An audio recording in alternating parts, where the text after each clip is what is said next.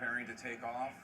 President Trump, outgoing President Trump, and First Lady Melania Trump aboard. The helicopter will take the first couple to Joint Base Andrews, where President Trump will deliver his final address as President of the United States. We are told that it will be an ad-libbed speech. It is truly a historic moment. I have to say, there are tens of millions of Americans who are upset that Donald Trump will no longer be president, and tens of millions of Americans more who are relieved, and this moment could not have come quickly enough for them. A disgraced former president. We have not seen an incumbent president be defeated since George H.W. Bush, but George H.W. Bush carried himself with class and dignity. He was welcoming to Bill Clinton. They became friends. Van Jones, as a former White House employee, this is not a fun moment for a White House employee to see their former boss be defeated.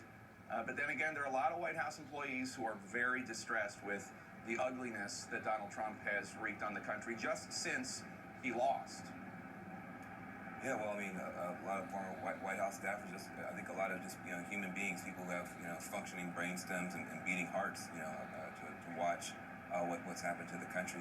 But, as you watch this thing lift off and go away, you got to imagine, for Muslim families who had a bullseye on their back, and women who were afraid to wear hijab because the President of the United States said people who pray like you shouldn't be here, shouldn't be allowed in the country.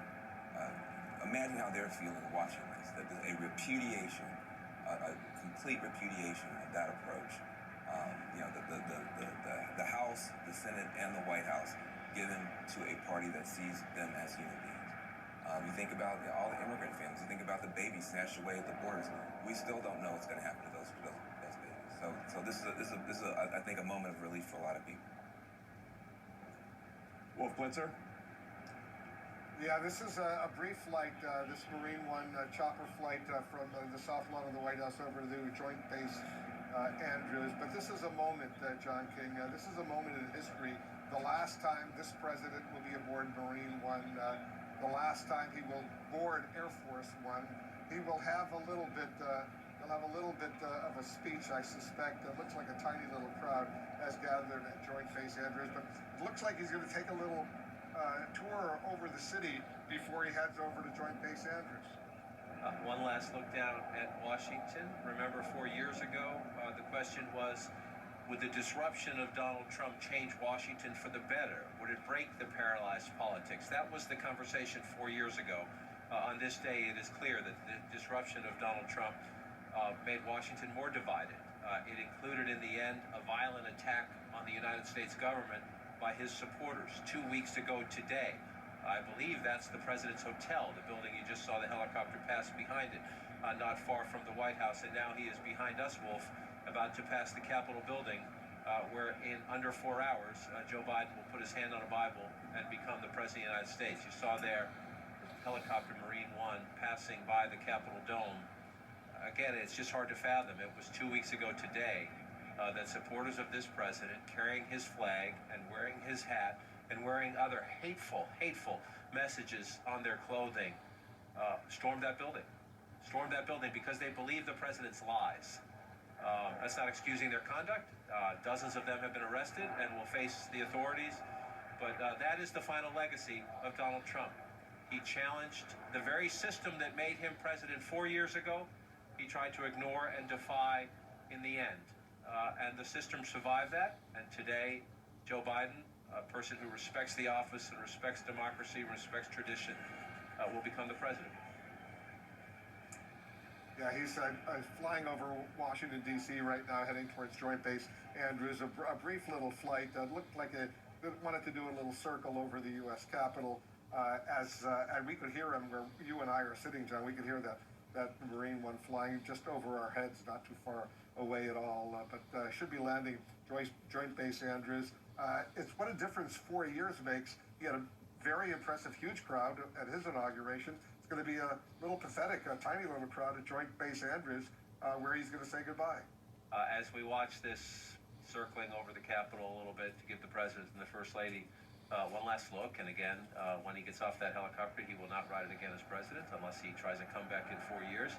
So I'm sure he wants to savor this moment, and he is entitled to that. But yes, on his way to Joint Base Andrews and then to Florida. Caitlin Collins is watching all of this. Caitlin, you're getting some more information. What else are you learning? Well, Wolf, we're watching Marine One right now, taking one final trip over Washington with President Trump and the First Lady on board. Barron Trump is already there. He's not on Marine One, but you see now it's flying just past the Washington Monument. They just flew over here, over the Capitol, where these preparations are underway for Joe Biden's inauguration. At any moment now in the next few hours, of course, the inauguration that the president will not be attending, but apparently wanted to see. And now you can see they just hung a left past the Washington Monument. They now appear to be en route to Joint Base Andrews. But it is notable the president took one last circle over Washington. Well, that's typically what the outgoing president and First Lady do after their successors are sworn in here at the Capitol. They get on Marine One, and then they are taken to Joint Base Andrews, where they typically would take a government plane to their next destination. Of course, that is Florida, but we are told by sources the president did not want to have to ask the Bidens for use of a government plane. He wanted to not leave Washington as an ex-president. So now he is still leaving Washington as the current president on Air Force One. And so that played a factor into this decision to break tradition and be the first president in over 150 years not to attend inauguration. But clearly he wanted to get a look at what the preparations are underway over here on the Capitol, Wolf. Yeah, and Pamela Brown's also already getting some more information as well. What else are you learning, Pamela? That's right. As Caitlin just mentioned, it's been 150 years since a president did not attend the inauguration of the incoming president. But as much as the president is breaking tradition, his final hours in the White House were very much in tradition with what you see in presidents in their final